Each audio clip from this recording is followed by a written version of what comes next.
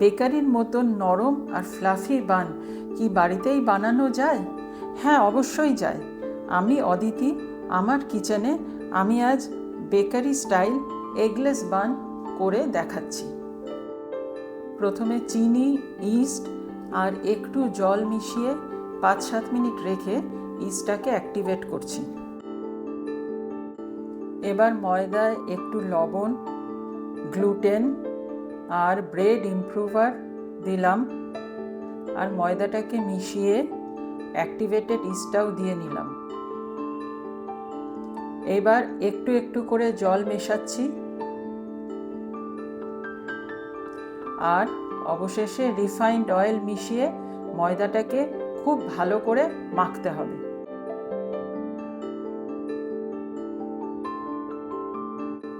ময়দাটা প্রথমে খুব স্টিকি থাকবে, তারপরে ভালো করে মাখতে মাখতে এটা একটা স্মুথ আর সফট ডোতে পরিণত হবে। দেখো, একটা সফট ডো তৈরি হলো।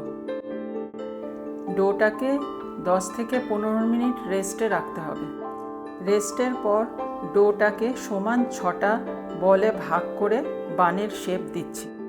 বানের নিচটাকে এরমভাবে পিঞ্চ করে দিচ্ছি। বেকিং করার সময় এই পিঞ্চ করা পার্টটা নিচের দিকেই থাকবে। বানগুলো শেপ দেওয়া হয়ে গেল।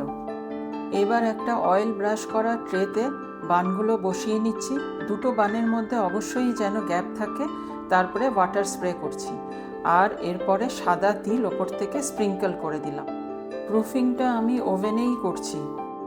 প্রুফিংয়ের পর বানগুলোর সাইজ ডাবল হয়ে গেছে আর আরও একবার ওয়াটার স্প্রে করে প্রিহিটেড ওভেনে বেক করছি। দেখো, বানগুলো রেডি হয়ে গেছে। এইবার আমি গরম গরম বানের ওপরে রিফাইন্ড অয়েল ব্রাশ করছি, তাতে বানগুলো আরও বেশি সফট তৈরি হবে। তোমরা চাইলে বাটারও ব্রাশ করতে পারো। দেখো কত সফট আর ফ্লাফি তৈরি হয়েছে বানগুলো। বানগুলো ওপর থেকে তো দেখতে সুন্দরই হয়েছে, এইবার দেখা যাক ভেতরটাই বা কেমন তৈরি হলো। ভেতরটাও একদম পারফেক্ট তৈরি হয়েছে। রেসিপিটা ভালো লাগলে আমার চ্যানেলটাকে সাবস্ক্রাইব করো।